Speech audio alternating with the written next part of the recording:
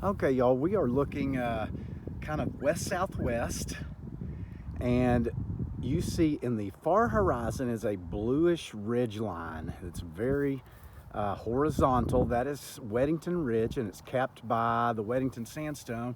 There is a notch in it right there. That is called Weddington Gap. I'll try to point that out on the map.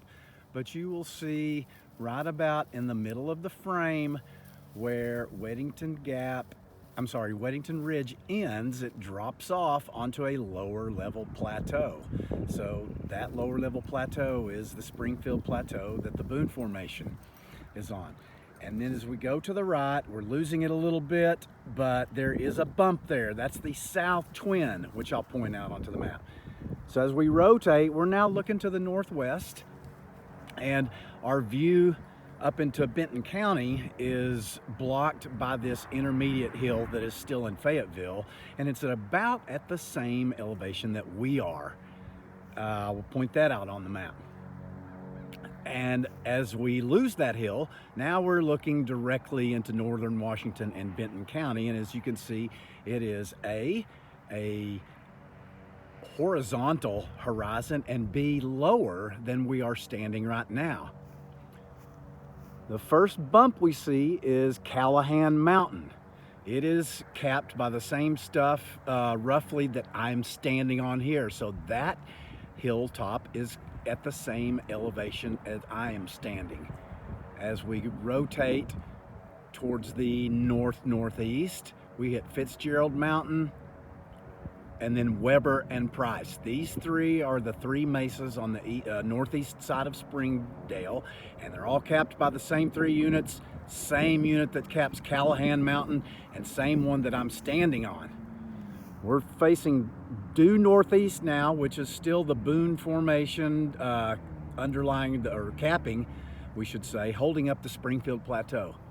Some more intermediate bumps that are capped by the stuff I am standing on.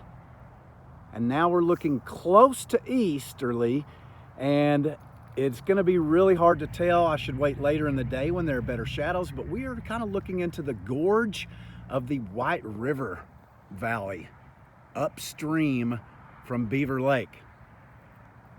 So when we look at the Boone Plateau surface, it looks extremely flat and dull to us, but when you go to the hollows that streams have carved into that plateau surface and go to the bottom of those hollows, it's every bit as rugged as the Boston Mountains. The relief is not as high, but it's every bit as rugged. So think of the Hobbs State Park trails, think of most of the bike trails in Bella Vista and Bentonville, and you've got the steep hollows of the Springfield Plateau that have been carved into the Springfield Plateau. And we're looking at the deepest one here, which is what the White River has carved. And then we have another big bump, probably maybe bigger than the others. That is Round Mountain. So I'm starting to look a little bit east-southeast.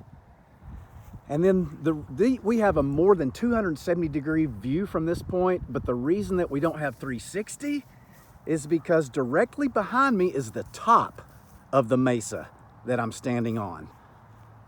So at the very top is Pennsylvanian Rocks, but I am a little bit below the summit, so I'm still in the Mississippian stuff that is capping the other units that we just looked at 180 degrees from this view.